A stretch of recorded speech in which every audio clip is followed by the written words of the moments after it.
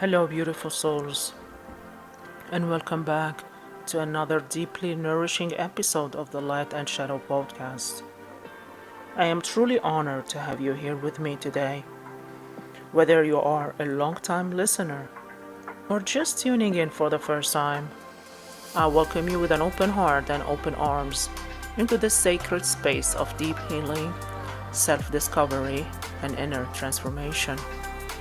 If you're new here, welcome. I am a Reiki master, life coach, psychic healer, and a spiritual guide on this path of transformation, where we explore both the light and the shadow, the truth of who we are, while also diving into the shadows that we often avoid.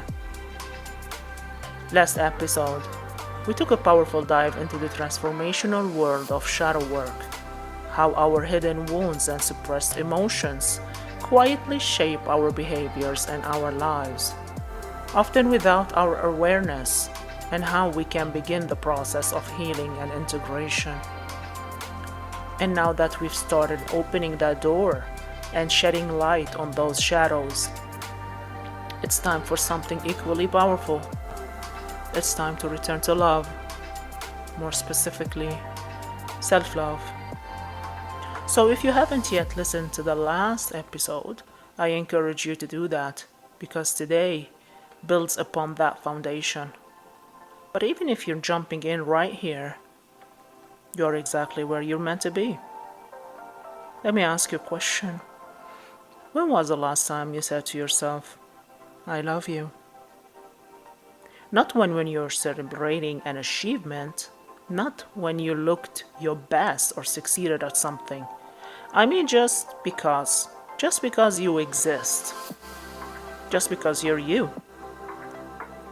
Self-love is a radical act of spiritual defiance in a world that constantly tells you you're not enough. It's not bubble baths and chocolate, although those can be lovely rituals. It's not vanity, ego, or arrogance. It is in its purest form a return to the truth that you are already whole. To love yourself is to come home to yourself. And this journey, this sacred homecoming, is what we are diving into today. In this episode, we'll explore what self-love truly means behind the surface, where the absence of self-love originates, how to recognize the signs that you may have abandoned yourself, why so many of us struggle with it, practices to slowly, gently return home to you, and how cultivating self-love creates ripple effects in your relationships, your energy, and your life. Daily practices and mindset shifts that help build and maintain it. So let's begin this gentle unraveling. I'll be sharing real-life examples, metaphors, and gentle questions you can ask yourself. And of course, if you find value in today's episode, please take a moment to like, follow, share, and subscribe. Not just because it supports this podcast, but because it might just help someone else who really needs to hear this message today. Let's begin by asking the most important question. What is self-love? Self-love is not arrogance. It's not being self-absorbed or self-centered. In fact, true self-love is incredibly humble. It's not about placing yourself above others. It's about no longer placing yourself beneath them. Self-love isn't about perfection. It's about permission. Permission to rest, to say no, to ask for help, to change your mind, to begin again, to be human. It means choosing yourself over and over again, especially when it's hard, especially when old patterns try to pull you back into self-rejection. Imagine yourself as a garden. Self-love is the soil. Without it, nothing can grow properly. With it, even your wounds become compost for your evolution.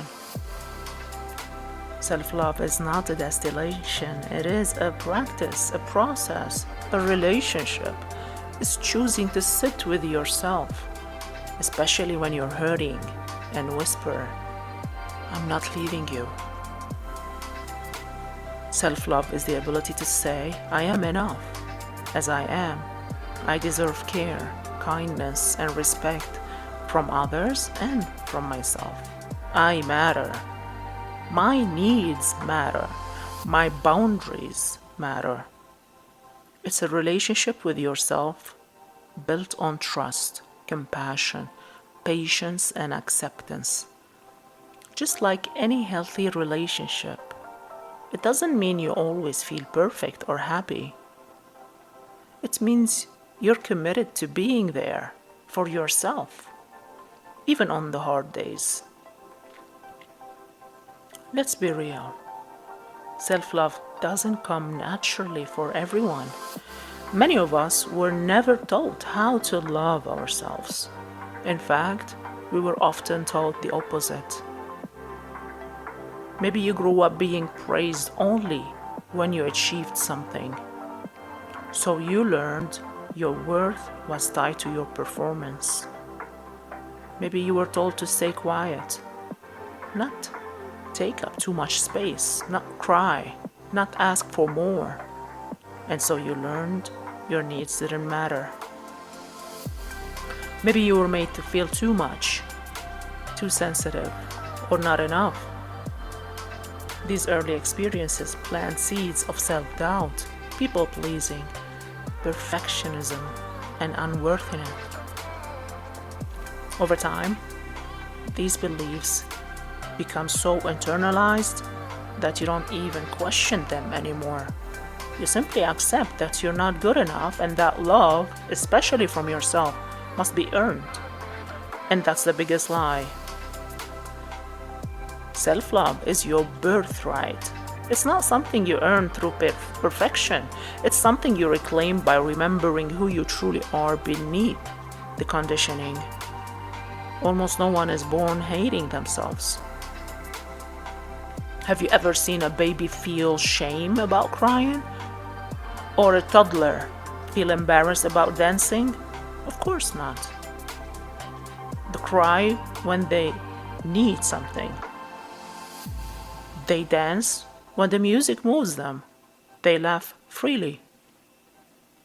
They are fully embodied, fully present, fully themselves. So what happens? Over time, we begin to receive messages, subtle or direct, that tell us who we are is not okay. Maybe it was a parent who was emotionally unavailable. Maybe it was bullying at school. Maybe it was religious programming or social norms or generational trauma. Maybe it was just the cumulative weight of never feeling seen. And so, bit by bit, we begin to fragment. We split off from the parts of ourselves that were labeled too much or not enough. The wildness, the softness, the sensitivity, the creativity, the messiness, the dreams. We build masks, we adapt, we survive. But in doing so, we slowly begin to abandon ourselves. And when the abandonment becomes normalized, we mistake it for reality. Now let's clarify something important. Self-love is not the same as self-care. Self-care is what you do, taking a bubble bath, resting, journaling, going for a walk, eating nutritious food. Self-love is why you do it, not what you do. Because you believe you deserve to be cared for, because you see yourself as someone worthy of peace, rest, and nourishment. Without self-love, self-care can become just another checklist item or an attempt to fix yourself. But when it comes from love, even the simplest acts, like putting lotion on your hands, become sacred rituals. So let's dive into how we begin to truly love ourselves again and look for the signs that you may have abandoned yourself, and ask yourself if any of these resonate with you. You constantly seek validation outside yourself. You overextend, people please, or betray your boundaries to keep others happy. You feel uncomfortable being alone with your thoughts. You criticize your body, your emotions, your past, and you ignore your needs until you're burned out. These are not flaws, these are invitations. Invitations to come home and return to yourself. How to begin the self-love journey? The way we speak to ourselves becomes our inner reality. Ask yourself, if I spoke to my best friend the way I speak to myself, would they still feel loved? Would I ever talk to a child this way? Start to notice your inner critique. Is it harsh, judgmental, dismissive? That voice often isn't yours. It's a combination of parental figures, society, past experiences. One powerful practice is mirror work. Look in your eyes and say, I love you. I am loved. I am the love of myself. I forgive you. I am listening to you. At first, it might feel silly and uncomfortable. You might cry. That's okay. It's your soul recognizing the truth. Let me offer you some tangible ways to begin walking this path. You don't have to do them all. Start with what feels gentle and true for you. Number 1, talk to yourself with compassion. We all have an inner voice. For many of us, it's a harsh critique. A voice shaped by years of conditioning, unmet expectations, and internalized shame. It whispers doubts when we try something new. It shouts judgments when we fall short. It repeats the echoes of voices from our past that told us we weren't good enough, smart enough, lovable enough. Over time, we mistake that voice for truth. But it's not. It's a habit. And habits can be rewired. Start by noticing how you speak to yourself in quiet moments. Do you offer kindness or condemnation? Do you hold space for your mistake? Or do you beat yourself up for being human? Awareness is the first step. From there, begin to shift. Instead of saying, I messed up again, try gently whispering to yourself, I made a mistake, and I'm learning. I still love you. Feel the difference in your body. One contracts, the other expands. One shames, the other softens. This is how we reparent our inner dialogue, word by word, breath by breath, until the voice inside becomes a safe place to land. Number 2, reclaim your worthiness. Your worth is not conditional. You don't have to achieve, earn, hustle, or be fixed to be worthy of love. You don't have to prove yourself through productivity, perfection, or pain. You were never meant to exhaust yourself chasing validation or becoming someone else's version of enough. Worthiness is not something you acquire. It's something you remember. It's not tied to how much you do, how flawlessly you perform, or how little space you take up. You are worthy because you are here, because you breathe, because you exist. That alone is your divine permission slip. Write this somewhere. You'll see it every day, on your mirror, in your journal, on your phone background. I am worthy of love simply because I exist. Let that be your mantra. Let it become a truth that softens your self-judgment, silences your inner critic, and anchors you in your own sacred being. Number 3, honor your body.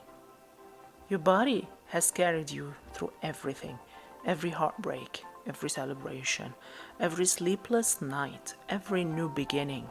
It has held you during panic, protected you through trauma, and allowed you to feel joy, love, and aliveness. Your body has been your constant companion, even when your mind turned against it. Even when you judged it, starved it, pushed it too far, or ignored its pleas for rest. Still, it stayed with you. Still, it carried you. So instead of criticizing your body for how it looks, how it changes, or how it doesn't meet someone else's standard, start thanking it. Let gratitude become your love language with your body. Thank your feet for carrying you from place to place. Thank your legs for holding you upright, for moving you through life. Thank your heart for continuing to beat, even through grief. Thank your lungs for every breath, and your skin for keeping you whole. Place your hands on your arms with reverence. Let your touch say, I see you, I honor you, thank you. Nourish your body with foods that make you feel energized and alive, not from punishment, but from love. Move your body, not to shrink it, but to celebrate its strength and freedom. Speak to it as if it were sacred, because it is. Your body is not just a vessel, it's your soul's home. Treat it as such. Number 4, embrace the inner child. Self-love is deeply connected to inner child healing. When you were young, did you receive unconditional love? Were your emotions validated? If not, that child is still waiting. One practice I often guide clients through is this. Write a letter to your younger self. Tell them everything they needed to hear. You are safe now. You didn't deserve that pain. You are loved just as you are. This reconnects you to the innocent, pure part of you that's never been broken, just buried. Hold space for the younger version of you who never felt safe to be themselves. You can write them letters, or speak to them in meditation, or create rituals that bring them joy. Ask, what did I need back then that I never received?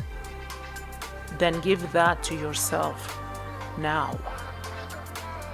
Number 5, boundaries.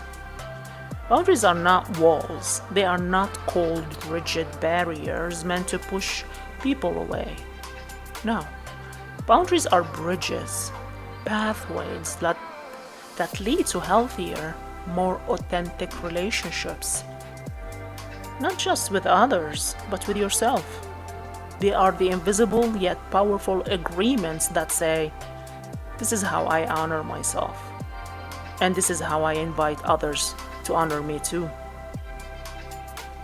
When you say no to something that drains you, when you rest instead of pushing through exhaustion, when you create distance from people who continually overstep, those are not acts of selfishness. They are sacred declarations of self-respect. They are acts of love. Every time you say no to something misaligned. You are simultaneously saying yes to something deeper, your energy, your peace, your truth. You are affirming, I matter. My needs matter. My time, energy, and emotional well being matter. Boundaries are a language of self love. And just like any language, it takes practice. Start by finding simple, clear phrases that feel safe and empowering to say. Practice them aloud or in your journal until they become familiar. Try, I am not available for that right now. That doesn't feel good to me. Or I need some space. The more you use your voice, the more confident it becomes. And the more you honor your own limits, the more you teach the world how to treat you. Not through force, but through alignment. Your peace is not up to negotiation, and your boundaries are not a burden, they are a blessing. Number 6, forgive yourself. You cannot love yourself fully if you are still holding yourself hostage to past mistakes. You can't walk freely into your future while dragging the chains of old guilt, shame, or regret behind you. Every version of you, especially the ones who stumbled, who broke down, who made decisions from pain or fear, deserve to be met with love, not punishment. Self-love means radical compassion, not just for the parts of you that shine and succeed, but also for the parts that cried out in silence, reacted from trauma, or simply didn't know any better at the time. Forgiveness is not about denying what happened. It's about releasing the grip it has on your self-worth. It's about understanding that you were trying, surviving, learning, that you were human, and you still are. Try saying this out loud, even if your voice trembles at first. I forgive myself. I am doing the best I can with what I know now. Let this become your new beginning, a quiet declaration that you are no longer at war with your past.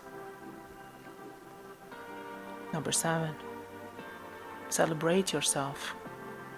Too often, we wait for someone else to see us, to approve of us, to clap for us before we believe we've done something worthwhile. We crave outside validation to fill the spaces where our own self-recognition has been missing. But self-love is that radical act of becoming your own witness, your own cheerleader, your own safe and steady source of praise. It means not waiting for applause to feel worthy.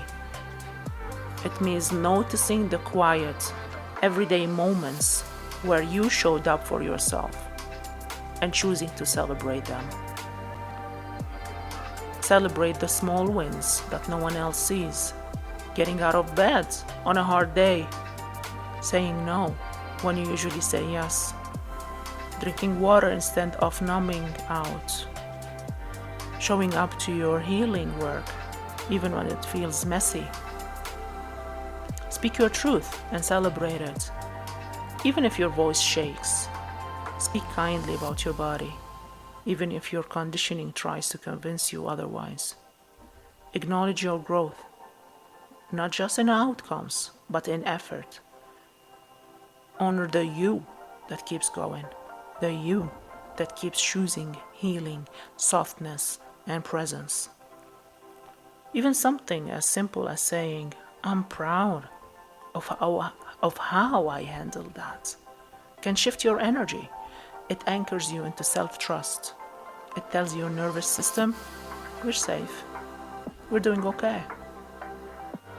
Because life is not just about big milestones or external achievements.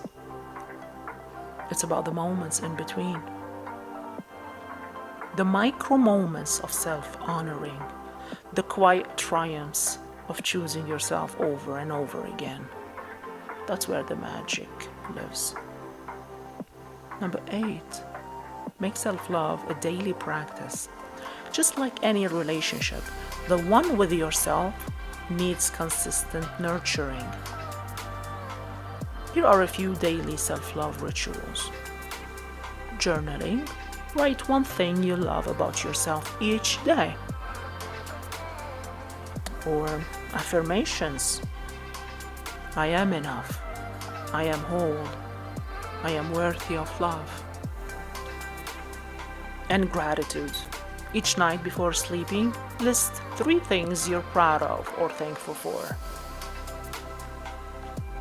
You have as well somatic touch. Place your hand on your heart and breathe deeply while saying something kind to yourself. I am safe. These practices rewire your nervous system to feel safe, seen, and loved. Now let me share a real-life examples with you. A client of mine once said, I don't hate myself, but I don't love myself either. I feel invisible, even to myself. We began with healing candle work, mirror work, followed by writing love letters to her inner child.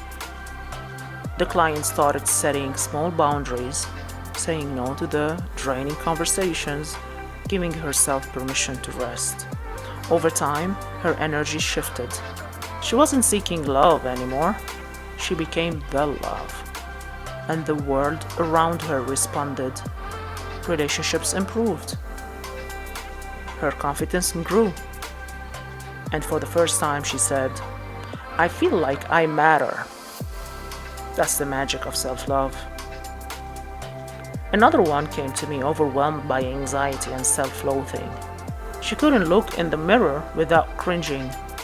She had spent her whole life trying to be enough for others. We began small with Reiki healing, inner child meditation, and setting boundaries with one person. Within months, her energy changed. She started making eye contact with herself. She began to trust her own choices. And one day, she looked at me and said, I finally feel like I belong to myself. And that's the power of this work. To truly love yourself in a world that profits from your self-doubt is a revolution. It's reclaiming your soul. It's stepping into your light. It's saying, I'm not too much. I am not broken. I am worthy. I am love. Did you know that self-love is like a ripple effect? When you love yourself, you don't just heal you heal your relationships, because the more compassion you show yourself, the more you extend it to others. You break generational cycles, choosing to feel, to care, to pause, where others before you may have only known how to suppress or survive. You heal your lineage, not by being perfect, but by being present. You uplift your community simply by existing as someone rooted in authenticity and grace. You become someone who walks differently, with intention, with softness, with purpose. You speak with clarity, because your voice is no longer filtered through shame. You love with depth, because your heart is no longer guarded by self-rejection. You model a new way of being, where tenderness is strength and wholeness is your baseline. And that quiet revolution, that ripple of self-love, expands far beyond you. It touches the people you meet, the spaces you enter, and the future generations watching silently, hoping for a new way. Remember, self-love is not a destination, it's a practice, a process. a commitment to return to yourself again and again with softness, courage, and care. Self-love is not selfish, it is sacred. It is the foundation of all healing. You don't have to walk this healing journey alone. I'm here to hold space with you through Reiki healing, candle work, or intuitive coaching. These sacred offerings are designed to help you release old patterns, reconnect with your inner truth, and reignite your sense of self-worth. If your soul feels the pull, you can book a session or explore my custom candles and healing tools through the link on my TikTok page. You don't have to walk this path alone. I'm here to walk it with you. Thank you for showing up. Thank you for choosing yourself. And even when it's hard. And thank you for joining me today. Remember, you are not broken.